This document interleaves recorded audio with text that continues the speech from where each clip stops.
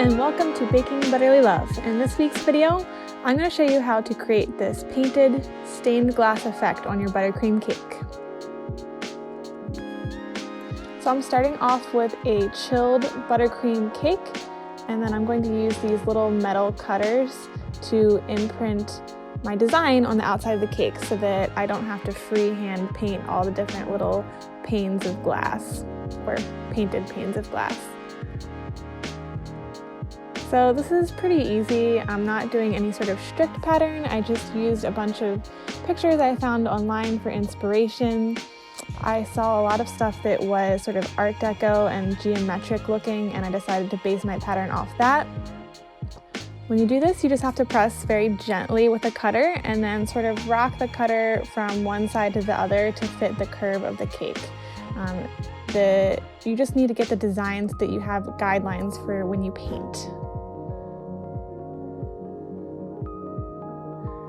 And then there were definitely some spots where the pattern didn't quite line up, so I just kind of nudged things around or made some of the rectangles a bit smaller to get everything to fit, but I wasn't super worried about getting it perfect.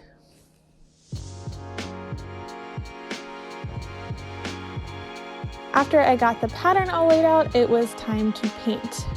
If your cake has warmed up a lot by this point, you definitely want to let it chill in the fridge again until the buttercream is completely firm and cold. Now, since I'm going for a stained glass look, I actually decided to use gel colors that I diluted with a bit of alcohol as my paint. You could also use edible arts paints, but they won't give you the same translucent effect that you will get with this sort of DIY paint. And I do have a video that compares both methods of painting. I'll leave a link for you if you want to check that out and get some more details on how to actually paint on cake. And whatever you decide to use, again, it's really important that your buttercream is completely chilled. Otherwise, you're just going to end up brushing it off instead of brushing the paint onto the cake. This cake started off cold, but I did actually have to return it to the fridge a few times during the whole process when it started to get too warm. So if you notice any buttercream coming off on your brush, just stop and chill the cake again before you move on.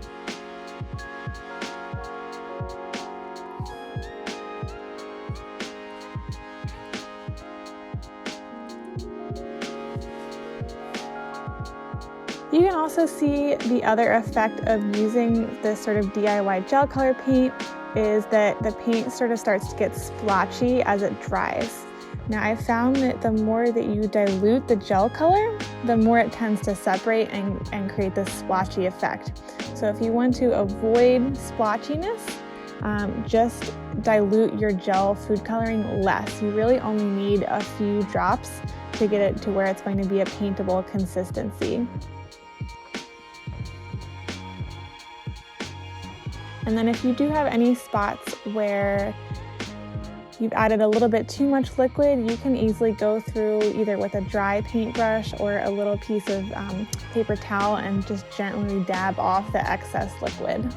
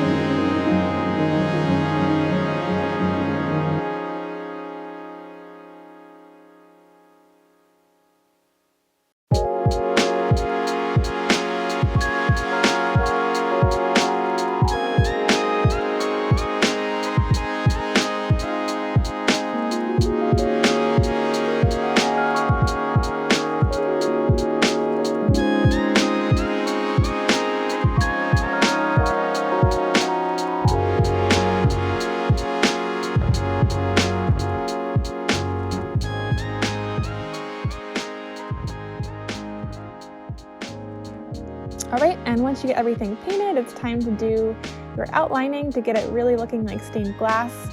So this is just a number 2 round tip, which is a really small round tip, some black buttercream, and I'm just going to go around and outline every single little shape, which is kind of tedious, but it's worth it to get the full stained glass effect.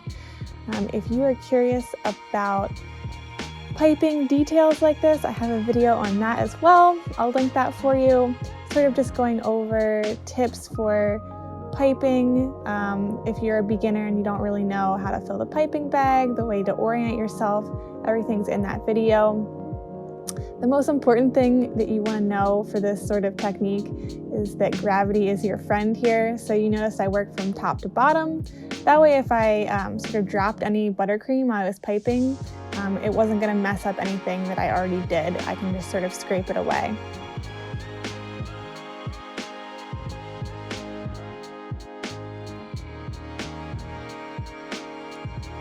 And with the final ring around the top here, the cake is going to be complete.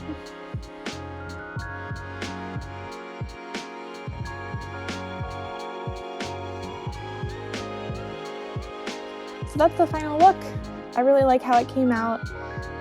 This is a great holiday technique. I did Christmas colors here, but you could do this for any time of year. You could also do this a lot with a lot simpler pattern than I chose to do. So it's a good technique to have in your arsenal.